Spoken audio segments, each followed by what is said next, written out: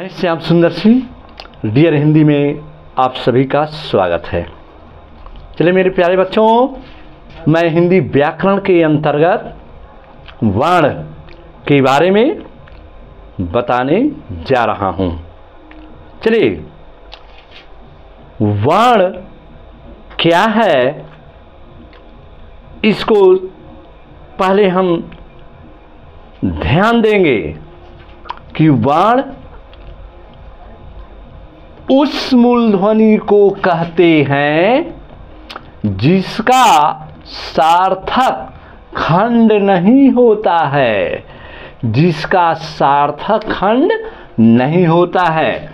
ध्यान देना है, सार्थक और खंड माने सार्थक का अर्थ होता है जो सही रूप से, सार्थक का अर्थ जो सही रूप से अर्थ, और खंड का अर्थ होता है टुकड़ा या बांटना नहीं होता है, उसे हम वर्ण कहते हैं। माने वर्ण उस मूलध्वनि को कहते हैं जिसका सार्थक खंड नहीं होता है, जैसे अ, क, च, ट, त, प आदि। यदि हम अ को खंडन करें तो उसका कोई अर्थ नहीं निकलेगा।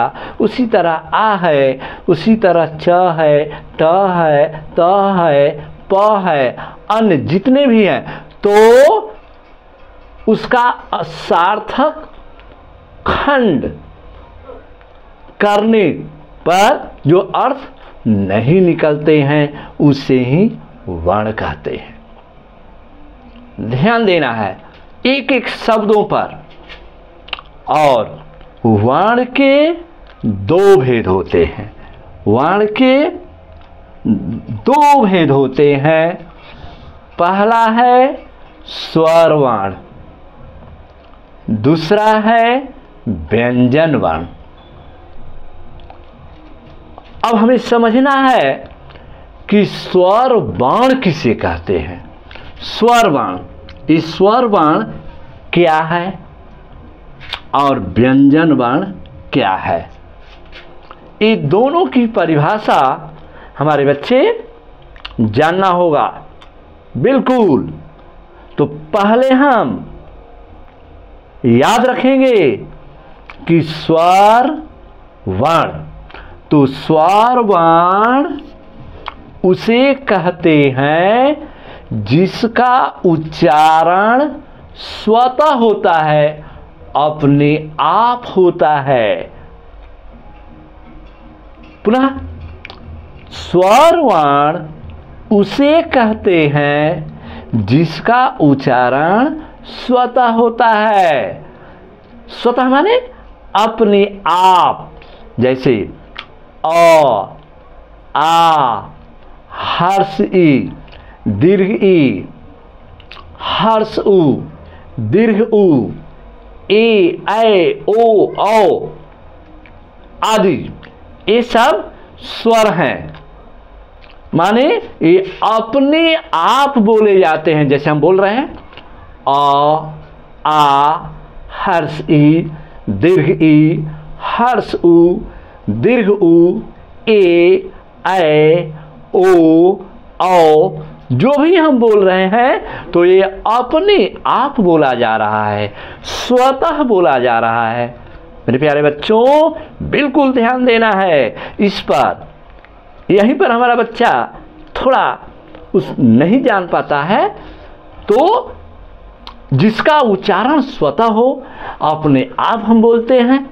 जैसे अ में किसी का सहारा नहीं लेगा, तो अ, आ, हर्षी, दीर्घी, हर्षु,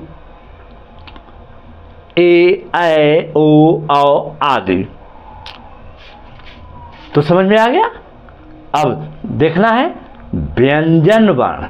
ये व्यंजन वर्ण क्या है, तो ठीक एक के विपरीत है, ठीक एक के उल्टा है।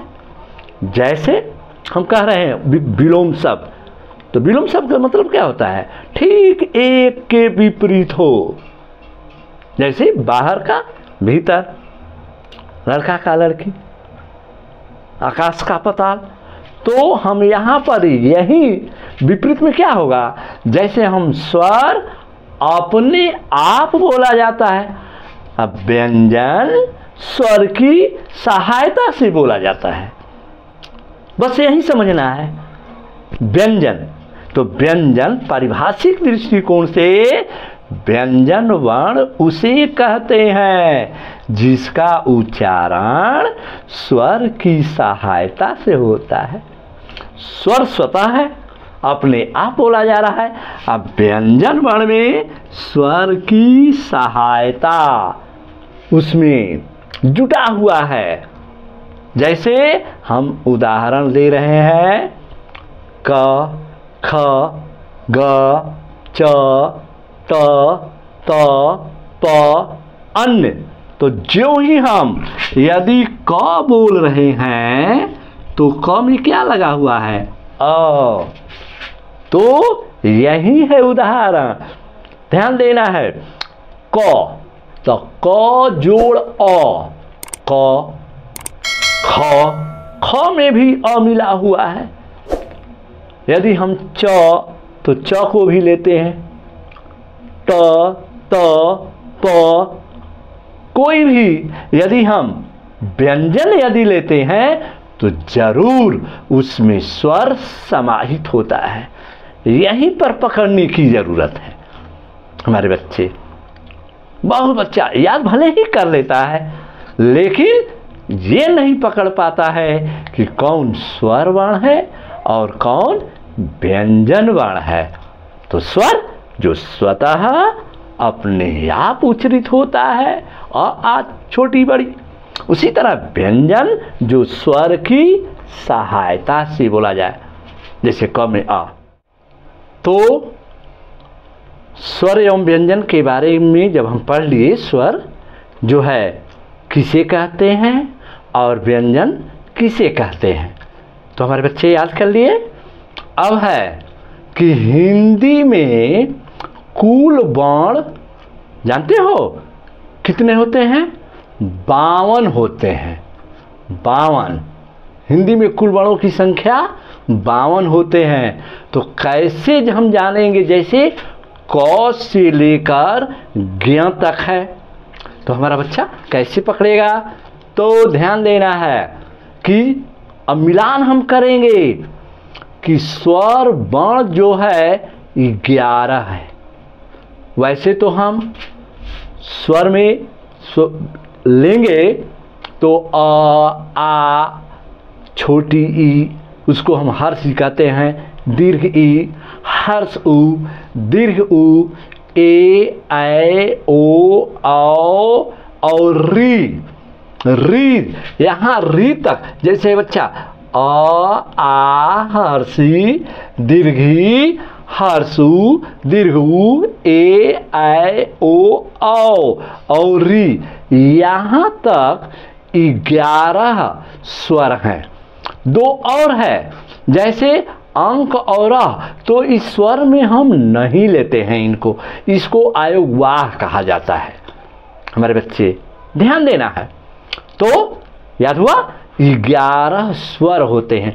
52, अब 52 को जो है मिलान करेंगे हम, कि कैसे हमारा बच्चा जानेगा। बोर्ड परीक्षा में भी आता है कि कुल वर्ण कितने हैं। हमारे बच्चे बड़े कंफ्यूजन में पड़ जाते हैं कि 52 लिखें कि 11 लिखें कि 33 लिखें कि 44 लिखें, तो बच्चे नहीं पकड़ पाते हैं। तो चलिए इतना जरूर याद रखिएगा कि 52 वर्ण होते हैं जिसमें 11 स्वर होते हैं। 11 स्वर होते हैं। अब चलिए व्यंजन वर्ण कितने हैं, तो व्यंजन वर्ण 33 हैं। व्यंजन वर्ण की संख्या कितनी है, 33 है।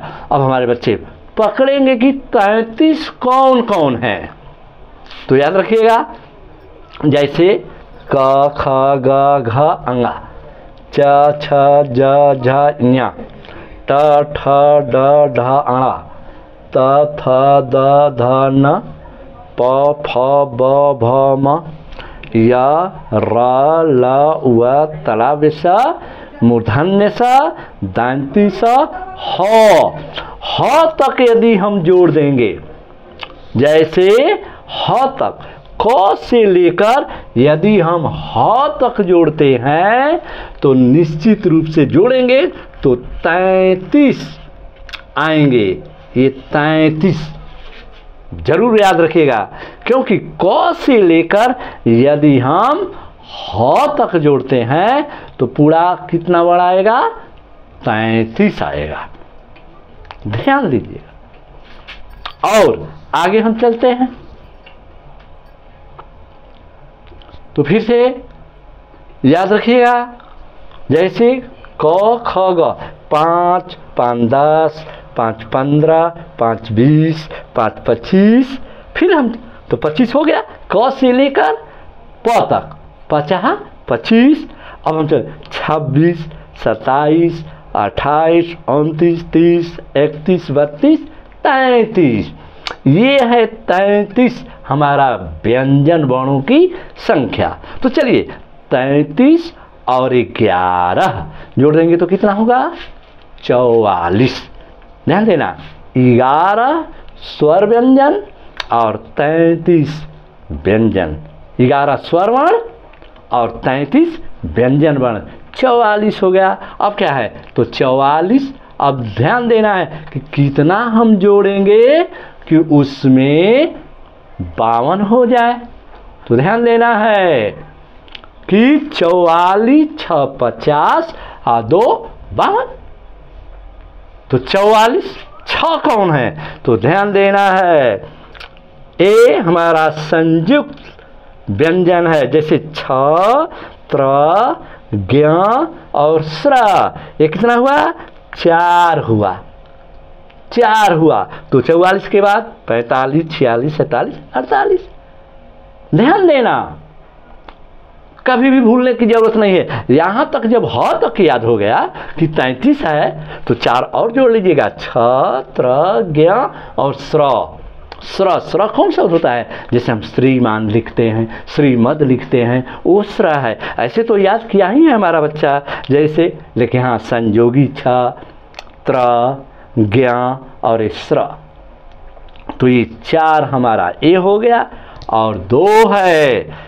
ध्यान देना है, एक है आढ़ा और एक है आड़ा।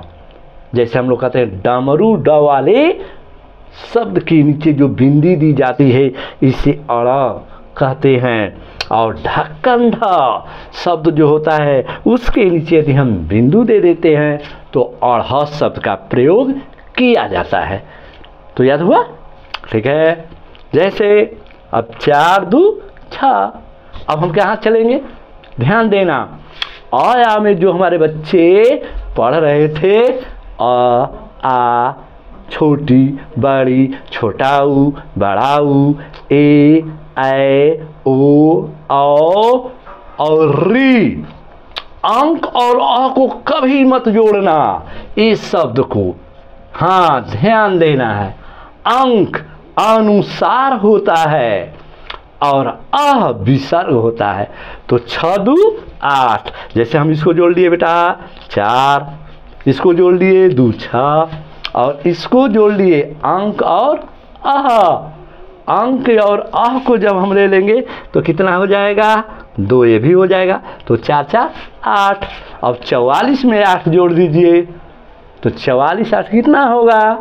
तो 44 6 50 और 2 52। चलिए फिर ध्यान देने की जरूरत है। दिमाग पर आया कि नहीं मेरे प्यारे बच्चों? एकदम दिमाग में याद रखिएगा। क्यों? क्योंकि ये बहुत मशहूर, हमारे बच्चे बड़े कंफ्यूजन में पड़ जाते हैं कि स्वर की संख्या कितनी है। तो याद रखिएगा। फिर पुनः बता रहे हैं, बार बार नहीं पुनरावृत्ति करना चाहिए, लेकिन तुम बच्चे हो, नहीं समझ में आता है तब ना मैं प्रयोग कर देता हूँ। तो याद रखना, स्वरों की संख्या 11, व्यंजन 33, संयुक्त वर्ण 4, अतिरिक्त वर्ण बच्चे 2 और आयोगवाह कहा जाता है 2, जिसको मैंने इसमें बताया है। ध्यान देना है। जैसे ए है, हिंदी में कुल वर्ण 52 है, तो 52 मिलना चाहिए, जैसे मैं बता दिया 52, तो ध्यान देना है। तो फिर मिलाएंगे कि स्वर 11, व्यंजन 33, संयुक्त वर्ण 4, अतिरिक्त वर्ण 2 और अयोगवाह में ओ होता है, जैसे अंक और आह होता है, ये है अयोगवाह। तो कुल जोड़ देंगे तो मेरे प्यारे बच्चों कुल वर्ण कितना होगा? 52। तो आज के लिए बस हमारा इतना ही रहेगा।